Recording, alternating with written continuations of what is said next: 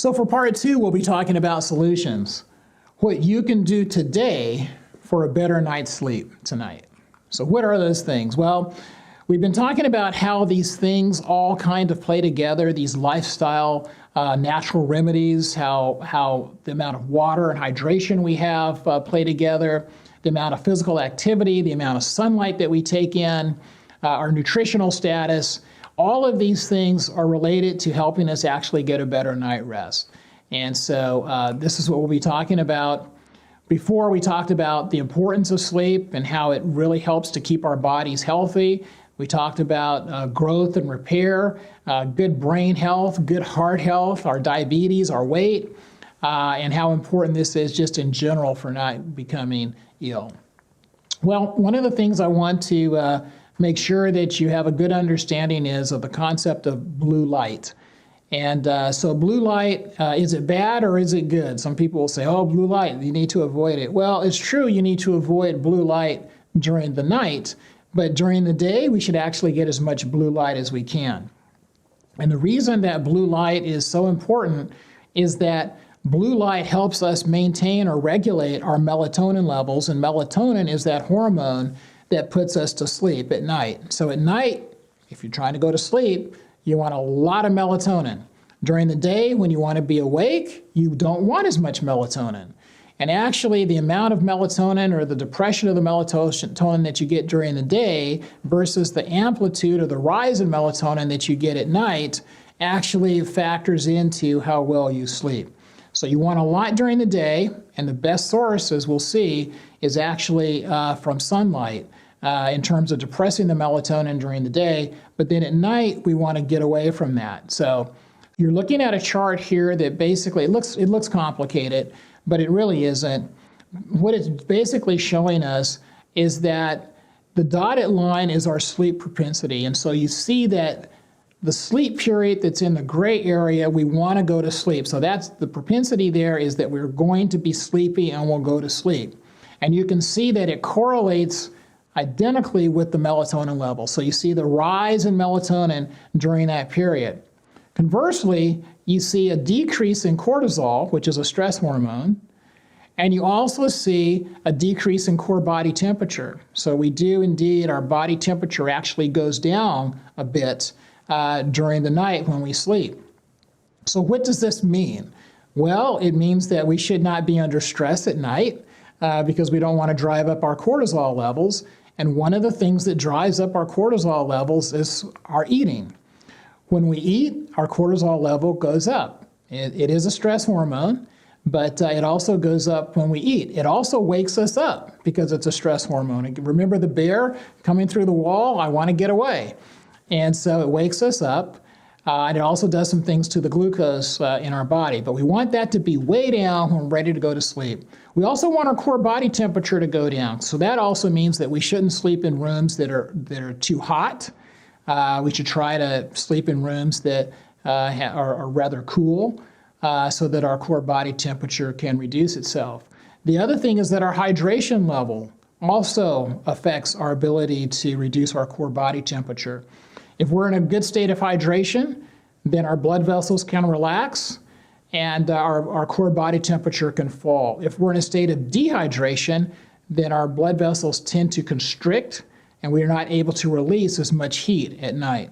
The other thing is that diet plays a role too, because if we have too much sodium in our diet, again, our body's not able to cool itself in the way that it should as well. We know that too much sodium in the diet is associated with high blood pressure, and again, that's a process of where the vessels are constricting versus then dilating and allowing this to flow. And then, of course, there's melatonin that we mentioned before, that sunlight is the best way to depress it so that you can see that before the nighttime hours, we want it low so that at night it can rise. And so that means we should avoid bright lights at night. We should avoid using our laptops and our computer screens about 30 minutes before we go to sleep.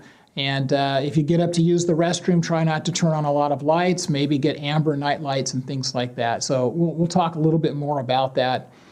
And just as a comparison here, you can see the lux are the luminescence of sunlight versus some other light that we're exposed to on a daily basis. But you can clearly see that even on a cloudy day, that the sun, natural sun from outside, actually is much brighter than anything that we experience inside a building.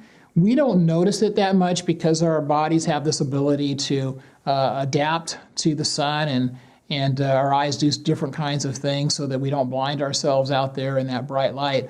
But the body also understands that in terms of what this light is doing to our melatonin levels.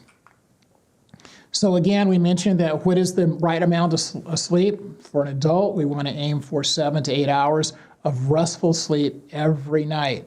We don't want to try to make up for it on the weekends. We want to try to get this on a constant basis. And we might shift it a little bit on the weekends, but we don't want major wide shifts, just minor shifts during that time. Also often asked, what about sleeping pills? If I'm having a hard time sleeping, can't I just take a pill for that? Is there a pill for that? And the answer is yes, there is a pill for that, but those pills come with a risk. And this particular study said that sleeping pills could be as risky as cigarettes. And there's a 4.6-fold higher death risk using sleeping pills versus those that do not use sleeping pills. And so it just reminds us that if we can achieve these kinds of lifestyle changes naturally and not use medications, it's so much better. We know that the lifestyle changes that we've been talking about in terms of physical activity, in terms of your time outdoors, these are natural remedies and there are no side effects.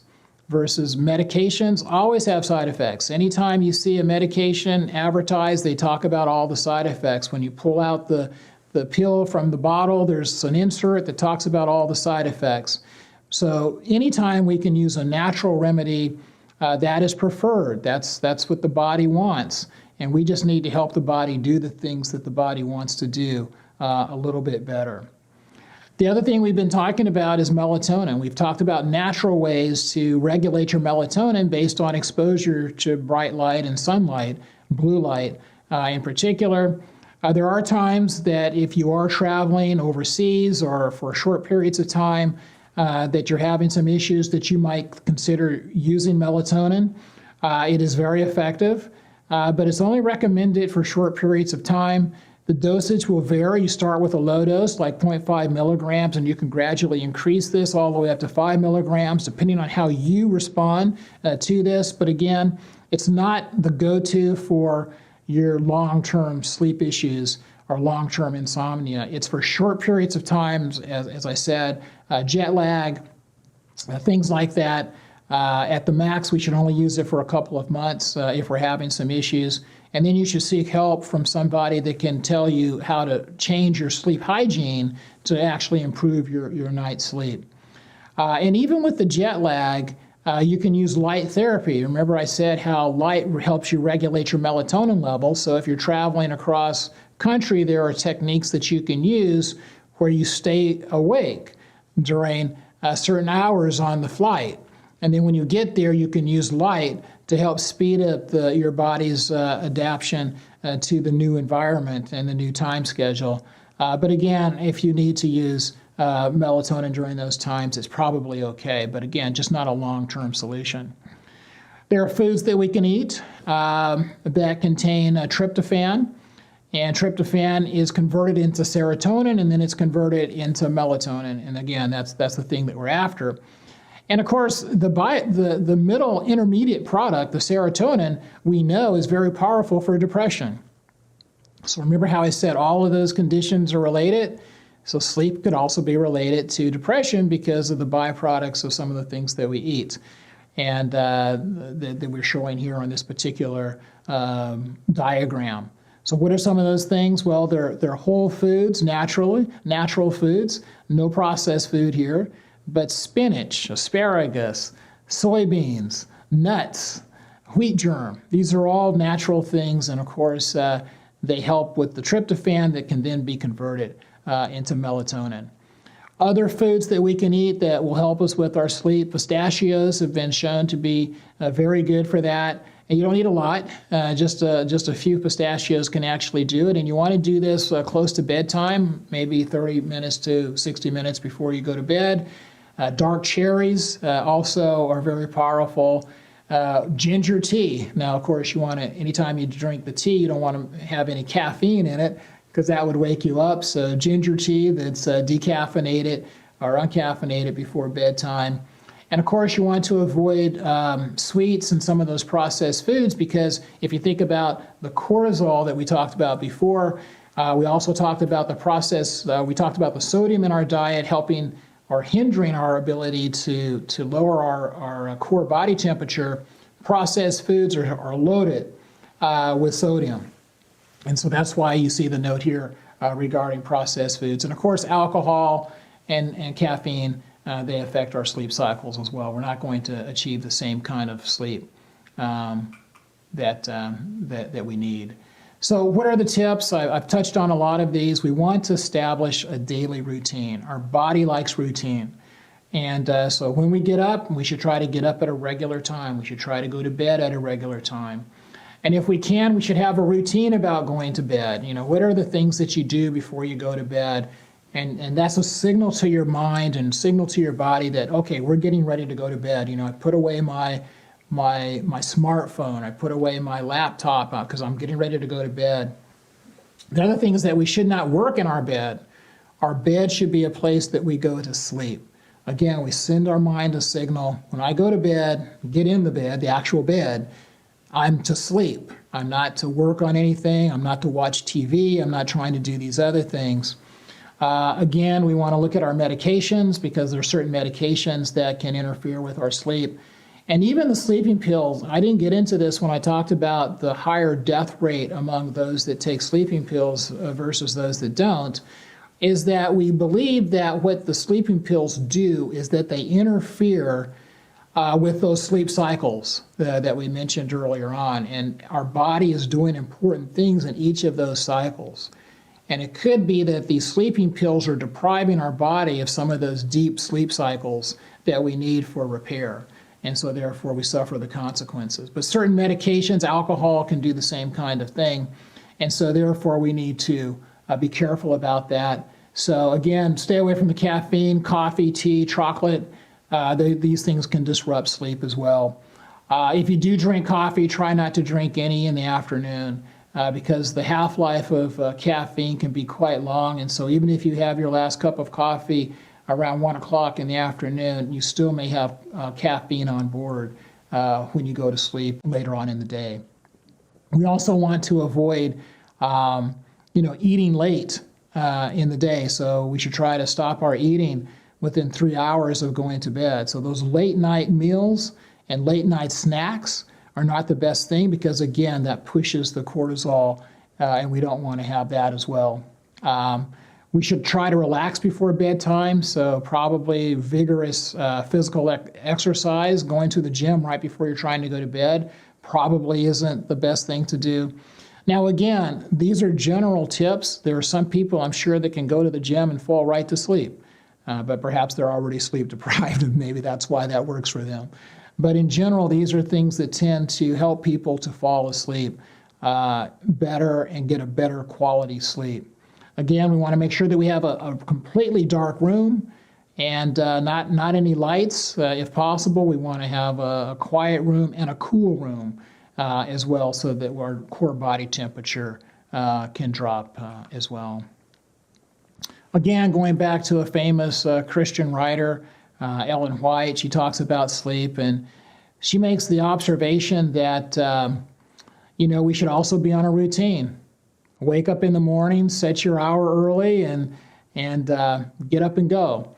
And so again, she talks about routine. She also talks about that it's important to get some hours of sleep before the midnight hours.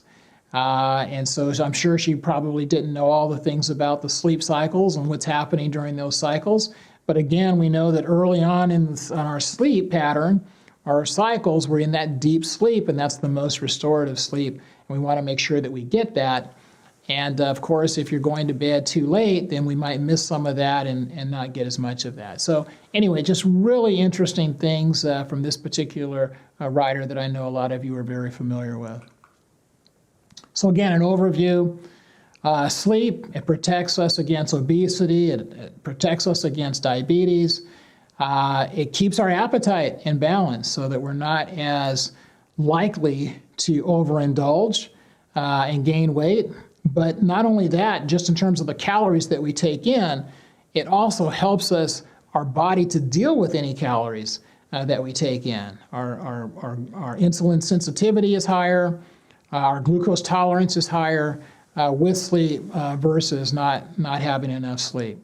We know that it has effect on aging. It actually shortens our telomeres on the ends of our chromosomes so that they can't repair themselves, and so that's premature aging. We know that it helps with our immune system, so therefore it's anti-cancer, not only antiviral and antibacterial.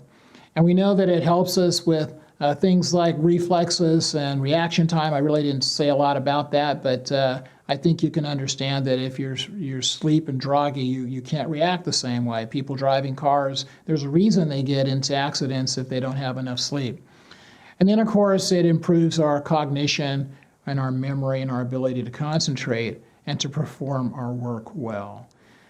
And so I hope that both in part 1 and part 2, you have a better appreciation of why we need sleep.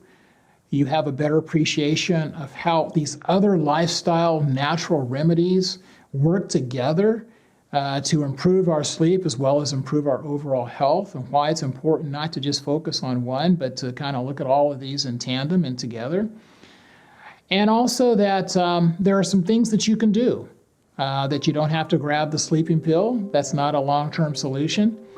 And there are some things, some very powerful things that are within your power to do to get a better night's sleep, to avoid some of these things that we've been talking about in terms of the ill effects on your body. So I hope that's been helpful. I hope that what you have learned today will help you get a better night's sleep tonight.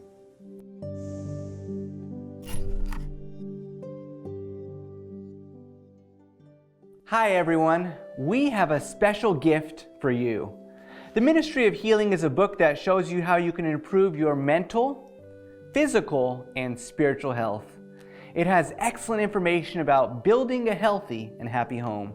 We're offering this book for free to the first 100 people who call us at 540-366-9400. But wait, that's not all. We would also like to offer you LifeSource magazine. This magazine will help you on your wellness journey.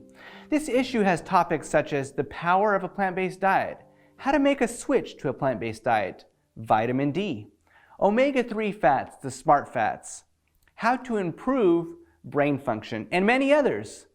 Plus, it has a whole section of delicious plant-based recipes with a picture for each. Again, we are only offering these special resources to the first 100 people who call us at 540-366-9400. So pick up the phone. You'll be glad you did.